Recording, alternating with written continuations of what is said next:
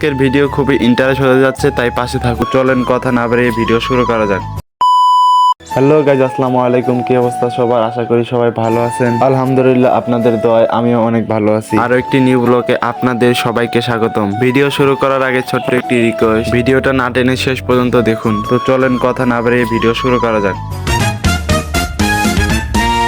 তো আজকে আমি যাচ্ছি আমাদের এলাকায় 3 দিন থেকে বিদ্যুৎ নাই, তাই বিদ্যুতের সমস্যার সমাধান করতে। আমি এবং আমার ফ্রেন্ড সার্কেল সহ 3 দিন থেকে আমাদের এলাকায় বিদ্যুৎ নেই। আমাদের পাশের এলাকায় বিদ্যুতের লাইনের ওপর গাছ পড়ছে, তাই আমরা সবাই মিলে গাছ কাটার জন্য যাচ্ছি। আজকের ভিডিও খুবই ইন্টারেস্ট হয়ে যাচ্ছে, তাই পাশে থাকুন। কালকে রাতে এলাকার কিছু বড় ভাই একটা লোকেশন দিয়েছিল, সকাল 10টায় সেই লোকেশনে আসতে হবে। তাই সকাল 10টায় আমরা ঝটপট করে সেই লোকেশনে চলে আসলাম। সবাই এসে দেখি সব ভাই ব্রাদার সবাই চলে আসছে, বাট আমি একটু লেট করে অবশেষে দেখতে দেখতে গ্রামের একটি সেতু পার হয়ে যাচ্ছি। আমাদের গ্রামের মাঝ বরাবর একটি নদী আছে, এপার থেকে ওই পারে চলাচল করতে এই সেতুটি খুবই প্রয়োজন হয় গ্রামবাসী। ব্রিজের ওপর থেকে নদীর ভিউটা দেখতে অনেক জোশ লাগে, তাই এক এক করে পার হয়ে চলে আসলাম সবাই নদীর এই পারে। সেতু পার হয়ে আমরা আবার সবাই মিলে হাঁটা শুরু করে দিলাম। 3 দিন থেকে আমাদের এলাকায় বিদ্যুৎ নেই, তাই সবার মাথা নষ্ট হয়ে আছে। ওরা সবাই বলতেছে আজকে আমরা বিদ্যুৎ আন্দোলন করব। এতদিন তো ছাত্র আন্দোলন চললো, কেউ কেউ বলতেছে আজকে আমরা বিদ্যুৎ আন্দোলন শহীদ হয়ে যাব।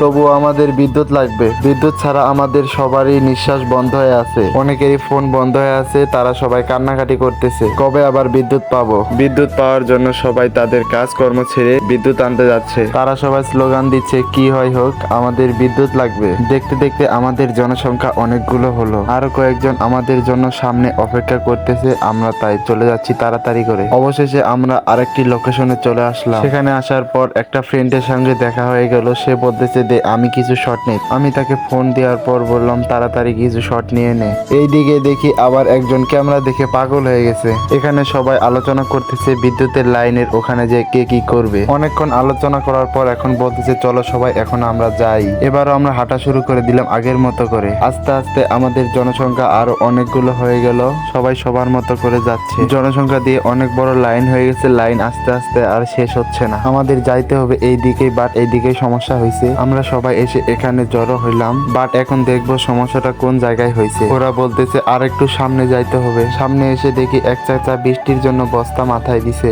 অবশেষে অনেক কষ্ট করার পর সেই জায়গায় চলে আসলাম। এটাই হচ্ছে সেই জায়গা যেখানে বিদ্যুৎ সমস্যা হয়েছে। এই গাছগুলো তারের উপরে পড়ার জন্য বিদ্যুৎ আমাদের ওই জায়গায় যাচ্ছে না। এই গাছগুলোর কারণে আমাদের এলাকায় 3 দিন ধরে কারেন্ট নাই, তাই সবাই মন খারাপ করে দাঁড়িয়ে আছে। এই গাছগুলো আমাদেরকে কাটতে দিচ্ছে না এবং আমাদেরকে লাইনও দিচ্ছে না। এখন সবাই ভাবতেছে কি করা যায়। ওই গাছগুলো এই বাড়িওয়ালা। অবশেষে এখানে আলোচনা করার পর তারা বলতেছে ডাল কাটতে দিবে। তারপর আমরা সবাই মিলে একটা লোককে গাছে উঠিয়ে দিয়ে তাকে ডাল কাটতে বললাম। আমরা সবাই তার ডাল কাটা দেখতেছি। কয়েকটি গাছে ডাল কাটার পর আবার সে বলতেছে ডাল কাটতে আর দিব না আমি। সবার মাথা গরম হয়ে গেল। আবার সবাই এখন ভাবতেছে কি করা যায় এবার। এইদিকে আবার ভাবতে ভাবতে বৃষ্টি চলে আসলো, কি করা যায়। এইদিকে আবার আরেক পিচ্ছি ধান খেতে আগাছা পরিষ্কার করতেছে বৃষ্টির সময়। অবশেষে আমাদের এদিকে বিদ্যুতের লাইনম্যান যে ছিল তাকে আমরা ফোন করে সবাই মিলে ডেকে নিয়ে আসলাম।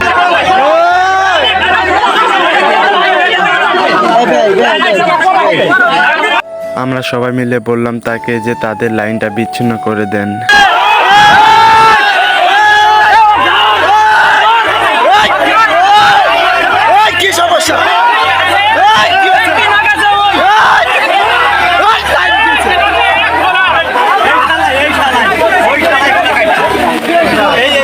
আরেকটি চাচা এসে লাইনটা বিচ্ছিন্ন করতে দিচ্ছে না। অবশেষে অনেক কষ্ট করার পর আমরা লাইনম্যানকে উপরে তুলে দিচ্ছি লাইন ঠিক করার জন্য। লাইনম্যান চাচা ঠিক করার জন্য তাড়াতাড়ি করে উপরে উঠে গেল। লাইনম্যান চাচা অনেক রিস্ক নিয়ে এই কাজটি করতেছে।